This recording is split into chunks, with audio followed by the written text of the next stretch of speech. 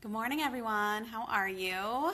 It is March 22nd, I believe, 10:30 a.m. here in the Ultimate Baby Sleep Group. And we are here doing our weekly question and answer threads that we have. If you are new to the Ultimate Baby Sleep Group, what we do is every Monday we post a certain question thread about something. Sometimes it's newborns, cat naps, night wake-ups, bottle feeding, all these different things. And on Wednesdays I come in and talk about it and answer your questions. So this week's thread and question thread was which sleep training method to use. Okay, I've been getting a lot of questions about this recently in terms of what my method is, what do I recommend, but there's like so much out there and there's a lot of confusing, conflicting advice. I was going through all of your questions now. That's why I was running a few minutes late, because I was looking through all the questions trying to figure out the best way to run down here and discuss this. A lot of different questions here. Someone asking about a child, Jess, you asked, your child used to sleep 9 hours and now he's waking up every 3 hours after you put him up. Someone asked about twins, room sharing, 4.5-month-olds, 3-year-olds. A lot of different questions here. Amy asked questions about gentler methods being more torturous, what the right way to do. A lot of specific questions about sleep.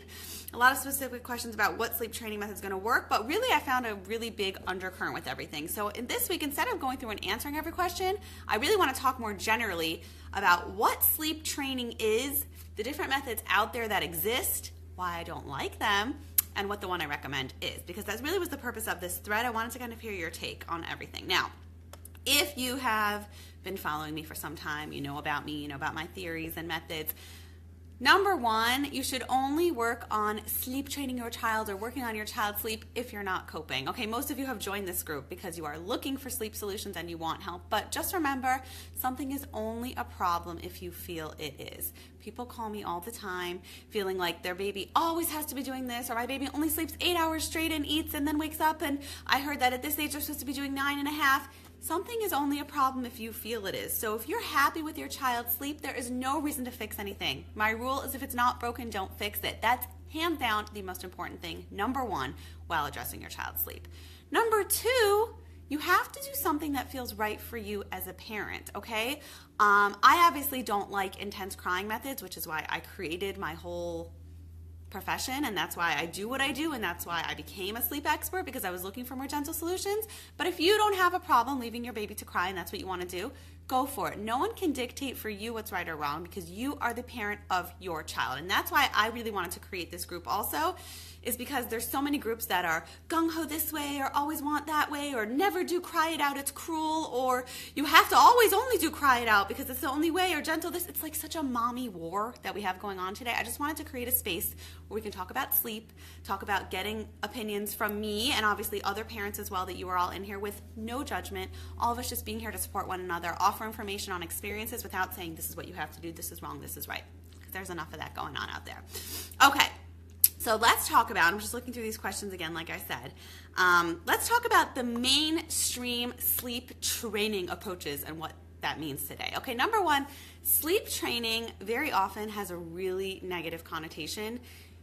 People think that sleep training means going against what your child's natural rhythms are, going against what they should be doing or they shouldn't be doing, and kind of programming them, so to speak, to do a certain sleep method that's unnatural for them. That's not what sleep training means, at least by my definition. Sleep training means helping a child learn to improve their current sleeping habits. Sometimes that might mean working on teaching them how to fall asleep, or how to remain asleep, or sleep through the night, or improve their naps. But sleep training doesn't always mean going against what their body naturally wants to do, and it definitely doesn't have to mean cruel or unfair ideas that are going to force your child's body into rhythms that are unnatural. Okay, so let's talk about the main ideas that exist and why I don't like. So I was just looking outside here. By the way, I have a new office I have to show you guys next week. I just came up here.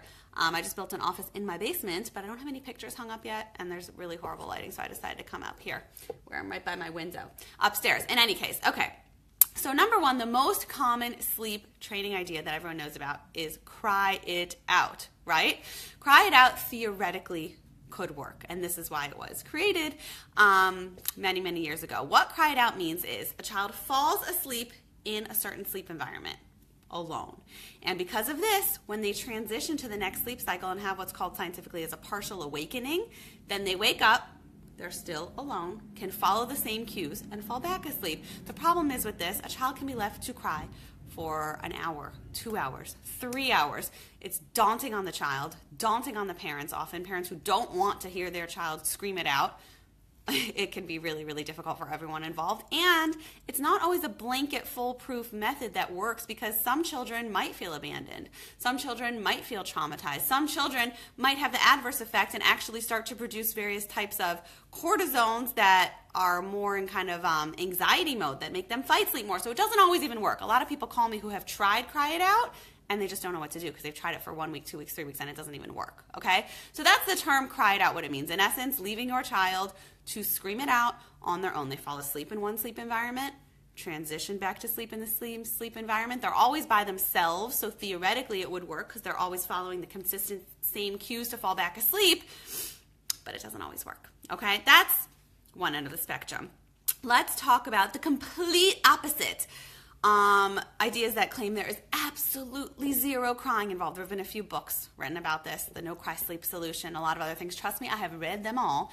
The problems with these absolute tear-free methods that claim that there's no crying involved is they don't work. Because at the end of the day, what is your child telling you when they cry? And I'm not advocating crying here. I'm just trying to explain what it is.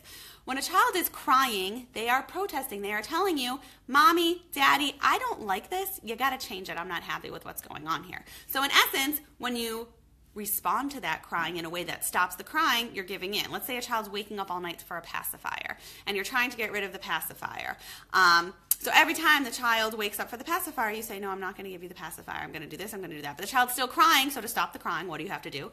Pop the pacifier back in. So at the end of the day, no headway is made. And even if these certain books, I don't want to talk against different books, but a lot of these ideas in these books that talk about no cry methods is they potentially could make like little shifts in improvement, but it can take months and months and months and months. And I don't know about you, if I'm sleep deprived, I do not have the stamina to work on something for months and months just to see a little bit of improvement. I want to get the sleep job done. So that's like the two extremes, cry it out versus no cry, no cry, no cry. Let's talk about theoretically an in-between method, which is the Ferber method. What is the Ferber method? The Ferber method was created by someone named Dr. Richard Ferber, and I'm not going to tell you his whole history. I've done a lot of research on him, but what his exact method is a checking system, and he's kind of coined this checking system term, which is, let's say you're putting baby to bed, and baby is used to being rocked to sleep in mommy's arms. So you put baby down in the crib instead of being rocked to sleep in mommy's arms, and you leave the room, and you let baby cry for 5 minutes. 5 minutes maximum. After 5 minutes, you go back in, touch the baby, soothe the baby, calm the baby, go back out. And you extend that 5 minutes to, let's say, 7 minutes. 7 minutes. Then you go back in. Let the baby cry, comfort the baby for a minute or two, go back out 10 minutes. Each night has a cap. So it could go like 5 minutes, 7 minutes, 10 minutes, 10 minutes, 10 minutes, 10 minutes, 10 minutes, 10 minutes is the cap for that night. The next night, you increase the intervals. So instead of 5, 7, 10 minutes, it goes to 7, 10, 15, 15, 15, 15. There's always a cap. So progressively, the idea is that the baby still learns to fall asleep on their own because the parent is not in the picture. And hopefully they still learn to do this. I don't like this method for so many reasons. I can't even tell you, okay? This is even worse to me. Doing something gentle is fine. It's not going to necessarily work, but you're fair to your child, you're consistent to your child, you just might burn out.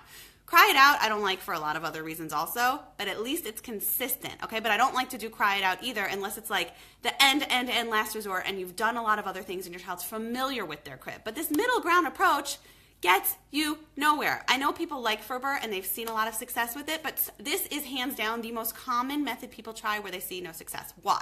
Number one, your child is learning about cause and effect of the world with zero consistency. I cry, sometimes my mommy comes in. Sometimes my mommy leaves. Sometimes my mommy doesn't come. They don't know if it's been 5 minutes, 10 minutes, 20 minutes, or an hour. They just know sometimes you're here, sometimes you're not here. They don't know what's up, what's down, what's right, or what's wrong. They can't tell time, number one. So totally mixed messages. It's overstimulating. Let's say a child is starting to wind down and starting to fall asleep. The parent comes in, riles them all up again. The child thinks, oh, maybe I'm getting picked up. Maybe I'm getting held. Maybe I'm getting fed, whatever it is. And the parent leaves again. It just makes the situation so much worse and exacerbates it. Aside from that, even more, a child is still left to cry alone for sometimes 45 minutes, an hour, a half an hour with no end in sight. So it's even worse to me in my mind than cry it out.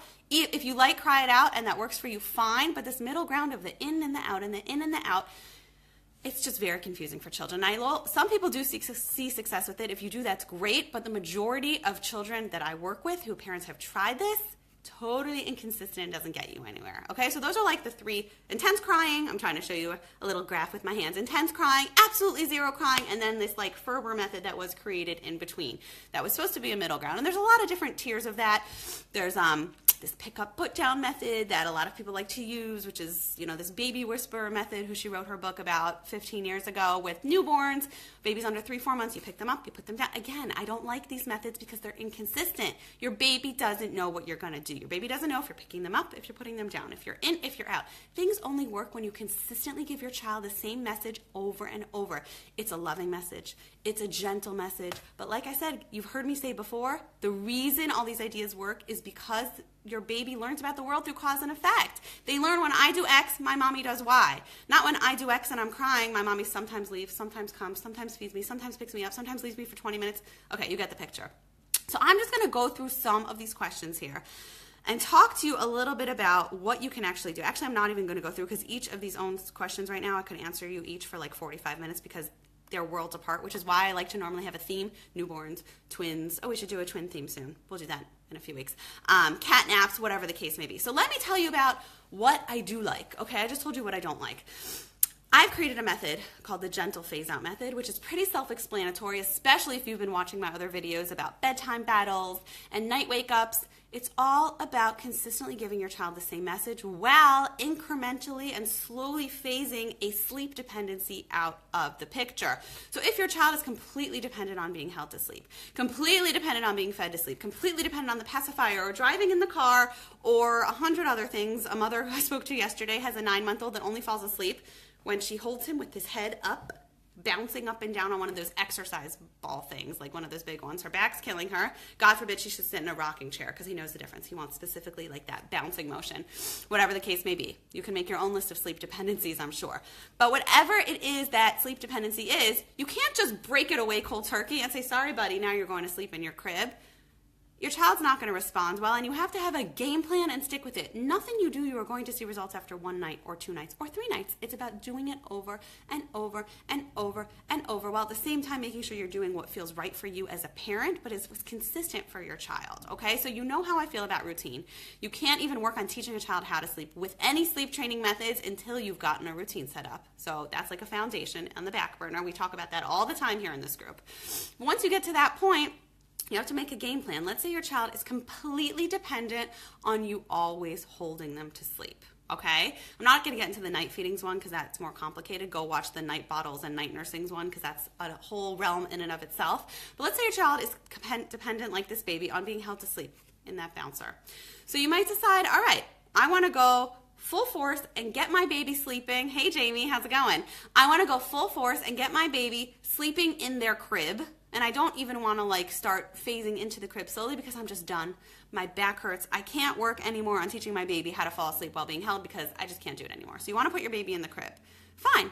Sit there with your baby and help your baby with as much reassurance as your baby needs. So let's say your baby might be angry or upset, like I say all the time, such a large difference between a baby crying because they're, God forbid, not being responded to, they're alone, they're confused, everything else, or a baby crying because they're not being responded to the way they want. It's like the most important thing I can explain to you. And obviously, if our goal as parents was that our kids should never cry or never be angry, we wouldn't really be raising the most, full, quality, mindful adults that we're all trying to go for. The goal of our parenting is to teach our children that we're there for them, we love them, but what to do what's right in this world, right? I always tell, my husband and I have this discussion all the time. We like to have weekly chats about our kids and each one and what they're doing and where they're holding in life and what's going on with them.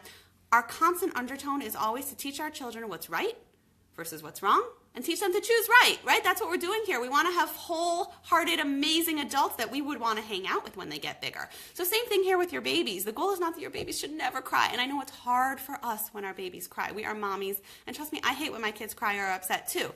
But the goal is that we teach them that we're there for them and secure, but we're teaching them what's right. Not in a matter of morality here with their sleep, what's right, but positive habits, what to do, what's right. Because I'm telling you, a lot of older children who contact me, parents of older children, whether have 6-year-olds, 10-year-olds, or 14-year-olds, oftentimes these children, or adults even who suffer from insomnia, never learn the skill to properly allow their bodies to relax for sleep. And because of that, it just gets worse as they get older. So you are doing your child the biggest service in the world by teaching them how to sleep at such a young age, because it's a skill for life that will help them throughout their childhood, their teenagehood, their adulthood. Fine. Side point. Back to that. So, practically, your child is falling asleep, only being held, and you're putting your child in the crib, and you're doing no matter what you can to help your child to sleep. You might even maybe pick your baby up once or twice, whatever you feel is right. But the goal is that you incrementally phase that intervention out of the picture. Because if you stick with patting or rocking or bouncing or holding, or even just sitting there patting your baby or helping them to sleep, the dependency is just going to get replaced with an old dependency or replaced with something new.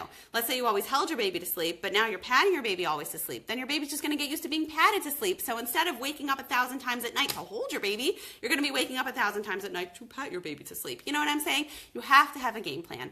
And nothing that you do should take longer, honestly, than about 2 or 3 weeks if you stick with it and you have everything solidly set up. Yes, there are some cases where, and I know, I don't know if she's still watching, someone was watching here that is taking a little bit longer to get their baby to sleep just because things are out of whack.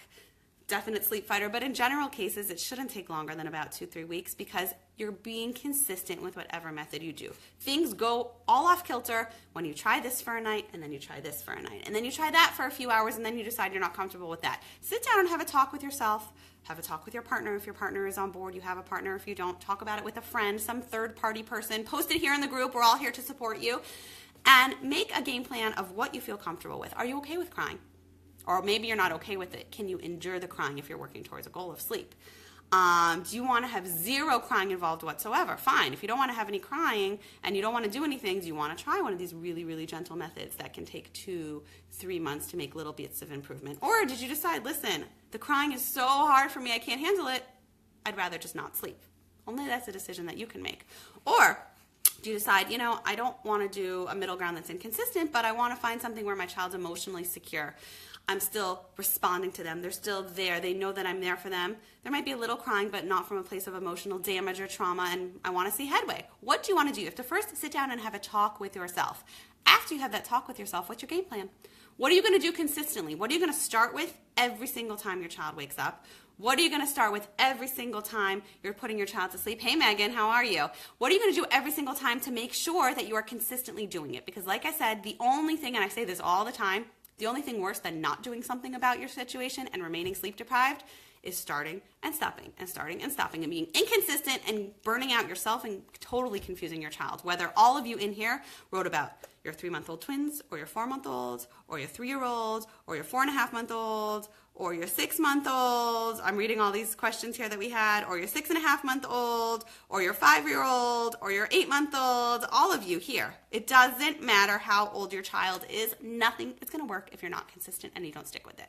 And then after you've made that game plan, what are you going to do to slowly phase your child off of that sleep dependency? Because if you stay anywhere too long, you're also going to get stuck and you're not going to get anywhere. So it's really, really important that you progressively move through things with what your starting point is, what your plan is in the middle, and what your end goal is, just like anything in life, okay? I think I said this in, I guess this on my page, my Facebook page. We do, also I pick one question a week there, a little bit different than here.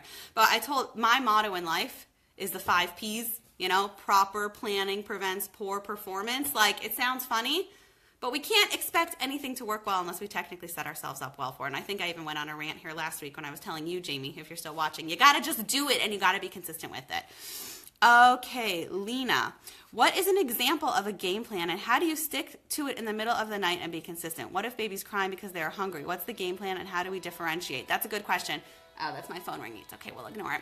Usually I try to turn it off or I'm downstairs, but now we're here. So what I want you to do, Lena, is go watch the question answer that we did. It's in the video section here talking about night bottles and night feedings, because you do have to differentiate. You can't suddenly strip your baby from eating every 2 hours at night or eating every 2.5 hours at night to having no bottles or no night nursings. That's cruel. Your baby is avidly hungry, and it's really important you do whatever you can to slowly phase out those nighttime bottles or nighttime nursings, because otherwise it's unfair. But in between the times that you've allotted, you want to be consistent.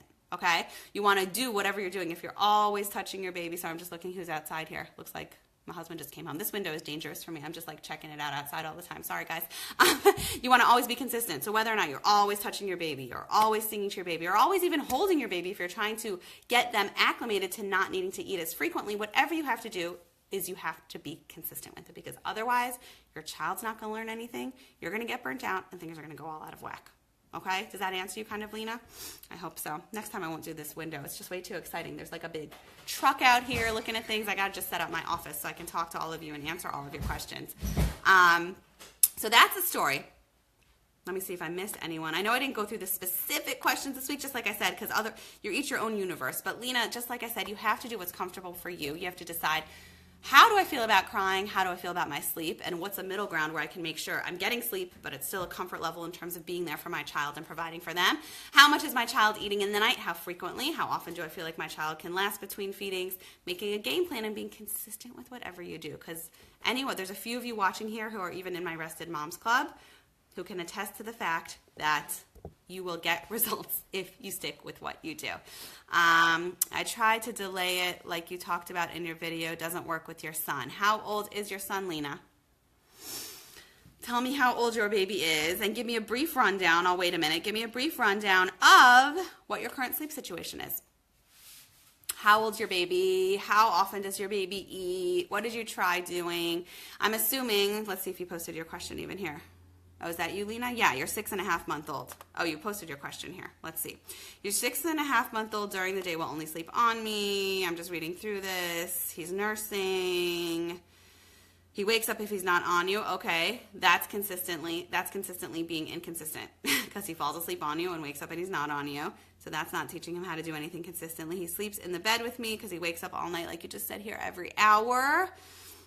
Sometimes it takes 3 hours. So you know what? If he wakes up every hour, Lena, don't try to start jumping his nursings to 3 hours. Start at 1 hour and 10 minutes. Start with something that you comfortably know you can stick with. Because if your baby is hungry, obviously you're not going to leave your baby to scream because we said we're trying to space out his feedings to every 3 hours. Start with a small amount of time and incrementally try to really space that out every few nights. But a big thing is a 6-month-old does not need to be nursing every hour in the night. Assuming he's healthy and he's gaining weight. I'm not a pediatrician and I'm not here to replace medical advice. But Lena, a 6-month-old baby waking up on the hour is more than a newborn wakes up. A 6-month-old that is getting proper amounts of calories during the day. I don't know if you've introduced solids or not, but almost irrelevant. Most 6-month-olds can easily go at least 6 to 8 hours at night. Okay, so I would definitely tell you, Lena, make sure, number one, you make a game plan you can stick with. Number two, make sure that your child is getting sufficient calories during the day, because it could be if your baby's not a good eater during the day, he's just eating, nursing all night, and that's taking away from his daytime calories. So it's kind of like a vicious cycle. Not eating a lot during the day, tanking up at night, not being hungry during the day, and everything kind of thwarts itself forward. So start there, but like I said, you have to be in tune with yourself and what you feel is important. Let's see, Shoshana was a long one. Let's see, it's okay. I just have to read it. Okay. Your son has been rocked to sleep for all naps and bedtime since he was born. I was able to get him to fall asleep by himself for about a week of letting him cry a little, not crying, just whining. Now I try the same thing. He starts crying hysterically right away. It's hard for me to hear. I always end up rocking him. Can I share any gentle techniques still in your room, but I'm willing to move him out if that could help. He wakes up every 4 or 5 hours at night to nurse. So if you've tried something and it was successful previously, I'm curious what happened that made things kind of get off kilter. Was there a change? Did he go through a growth spurt? Small things like this can obviously throw our kids' sleep off. So it's really important, Shoshana, that you do whatever you can to figure out what caused this regression to begin with. Because if you can fix that, then you can get back in a better place. You know, a lot of people think if you move a baby in a different room, it will magically make your baby sleep better. Some babies are more sensitive and they can hear the mother's noises and the breathing, and you might not sleep as well because you hear your babies too sleeping. Personally, I always move my babies out of my room when they're 2 months old, just because I don't sleep when I hear them and I hear their every movement and their this and their that, and it totally throws me off. You thought he was teething and you felt bad, so you started rocking him again. There you go. Teething, and we've spoken about this, teething, the bouts of it, the peaks of it only last for a day or two. So if that was happening a while ago, just get back into business with what you did. You don't have to reteach him probably, you just have to remind him. So go back to what you were doing before, Shoshana, and get back in gear, because if he's capable, something didn't just turn off within him that he's no longer able to. You just have to get in gear and make sure that you're consistently helping him do that as long as he's not in pain or has a fever or anything like that to try to do it. Najib. I don't know how to say your name. Nagib, it's a very pretty name. Any tricks to keep baby awake while nursing? How old is your baby, my dear? Let me see if you posted that in here. I'm looking. Najib. How old is your baby? My pleasure, Shoshana. Let us know how it goes. So I'm assuming you mean a smaller baby, because usually older babies do not necessarily fall asleep when you're feeding them. 5 months. Okay. So, and probably you mean in the middle of the night when they're tired. Do you mean in the middle of the night, or you mean during the day? Which one do you mean? Because in the middle of the night, people don't usually have issues that their babies are falling asleep. Usually they have issues that their baby's waking up. So I'm assuming your issue you mean is that during the day your baby's always falling asleep, eating? Always falling asleep while eating. There you go. Okay. So it's really important that you get your baby onto a good daytime routine. I talk about this a lot. Go back and watch our cat naps and our overtired saga. We have so many videos here that we're starting now that the group's been around for a few months. You want to make sure your baby is not overtired, exhausted when you're feeding your baby, because combination of your baby being set up in a sleep environment where they're going to fall asleep, they're nursing pressed up against your body, it's warm, it's cozy, I'm hugging mommy, and I'm tired. That's just a technical recipe for your baby to fall asleep. So make sure your baby is well rested, and make sure you have the set feeding times at a time where your baby is not going to fall asleep. Because if your baby's overtired and you're offering it before a nap or offering it at a time where you know your baby's going to be tired or fall asleep, obviously, right? I just said proper planning prevents poor. If you plan it out and have a set schedule for yourself and for your baby, then your baby's not always going to be conking out while nursing, because your baby's rested, or your baby just woke up from a nap, or your baby is really avidly hungry. Sometimes your baby could just be sucking and using you as a human pacifier, but not really asleep also. So those are all different things to keep in mind.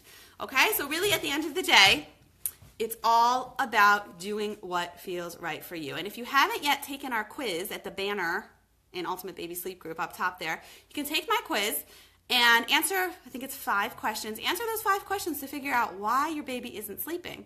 It goes through things, talks a little bit about your baby's night wake-ups, and then I send you your quiz results based on the answers that you put in there, and it'll tell you all about your baby's sleep and a lot of ideas with your baby's sleep rhythm. So if you haven't taken the quiz yet, definitely check it out. Try to see what you can do to help really kind of use those ideas that I talk about. Sorry, I'm all tripping up myself here.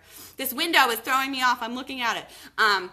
Use a lot of those ideas to try to enlist, because you'll be able to get to the root of your baby's sleep fighting a lot more. So click the banner above and take the quiz to find out why your baby isn't sleeping yet if you haven't yet, because it's there for a reason to help you. All right, I want you to get those quiz results, and I want you to see results and changes in your home. All right, have an amazing day, everyone. Oh, Najib, you were trying to get her to sleep before putting her down. She cries and pukes. Ooh. I think you should just take that quiz to figure out. Sounds like there's a lot going on. I would assume you have a really overtired baby that probably doesn't have everything distributed evenly. So go take that quiz and figure out how you can work with your baby's natural rhythms to fight her, to really go against that sleep fighting and work with her rhythms positively to thwart more restedness and in a good way. So take the quiz above, click the banner, find out why your baby's not sleeping, and I will see you all next week.